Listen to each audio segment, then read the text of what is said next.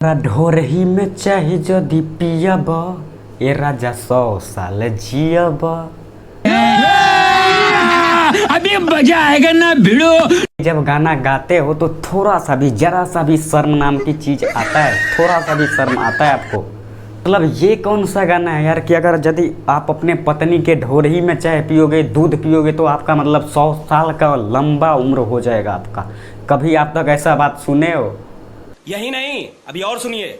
हमारे भोजपुरी इंडस्ट्री में ना कहीं नहीं तो कहीं लहंगा, चोली, ढोरही, छिलना, छुलनी, ये सब आम बात है यार। इस पर अगर यदि वीडियो नहीं बनेगा ना तो कोई भी सुपरस्टार नहीं रहेगा।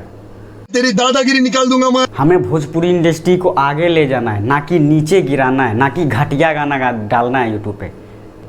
आप उस गाने से बहुत ज़्यादा से ज़्यादा लाखों रुपए अर्न कर सकते हो, लेकिन पब्लिक को कुछ अच्छा चीज़ दो ना यार। मतलब क्यों अपने आप को मतलब बेइज्जती करवा रहे हो यार? चोली, लहंगा, लुंगी अगर ये यदि नहीं गाओगे तो क्या आपका भोजपुरी इंडस्ट्री में नाम नहीं होगा? उसके लिए आपको मेहनत करना पड़ेगा भाई। और मेहनत अगर विदाउट मेहनत के कुछ भी नहीं मिलता है यार, कुछ भी नहीं कर पाते हैं लोग। समझ रहे हो? समझ रहे हो?